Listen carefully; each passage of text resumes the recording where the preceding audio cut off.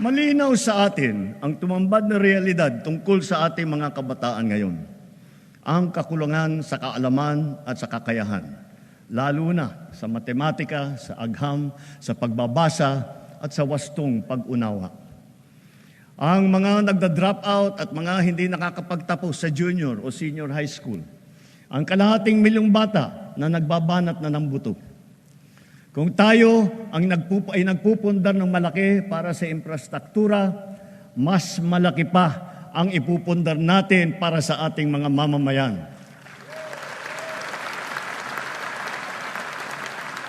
Ito ang pangunahing polisiya natin hanggang matapos ang administrasyon. Puspusan nating inaayos at pinapaganda ang ating sistema ng edukasyon. Sa lahat ng mga pinahahalagahan ng administrasyon, ito pa rin ang nasa rurok. Ngayong taon, sinimulan na natin ang Academic Recovery and Accessible Learning o ARAL program. At pinalalakas din natin ang Early Childhood Care and Development na hango. Ito ay hango sa dalawang mahahalagang batas na ipinasa ninyo dito sa Kongreso. Maraming mag-aaral ang nakakaranas ng bullying o kaya ay nagde-depress. Binabantayan din natin ang mental health ng ating kabataan.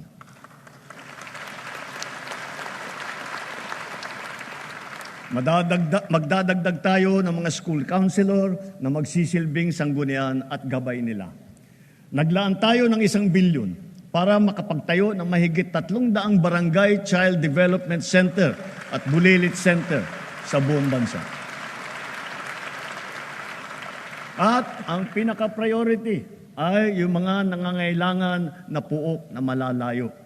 At pauna lamang yan, unti-unti nating tutugunan ang matinding kakulangan sa daycare center na nabinbin mula pa noong 1990.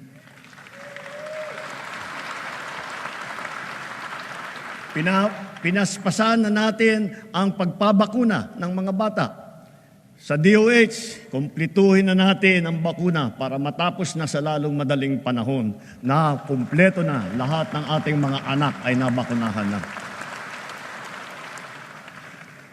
Sa ilalim naman ng bagong lunsad na Yakap Caravan, matitignan na ang kondisyon ng kalusugan hindi lamang ng mga mag-aaral, kung hindi pati na ang mga guro.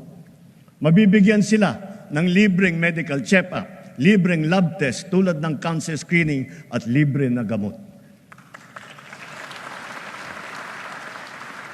Sa nakaraang 3 taon, halos 22,000 silid-aralan ang nabuksan na.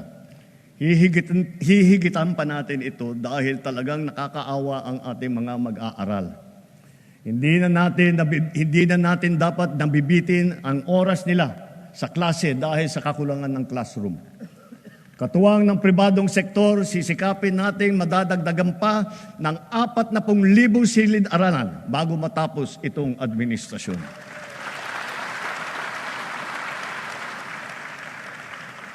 Maglalaan tayo ng sapat na pondo para rito. Alang-alang sa mga ating mag-aaral, hihilingin ko ang buong suporta ng ating Kongreso.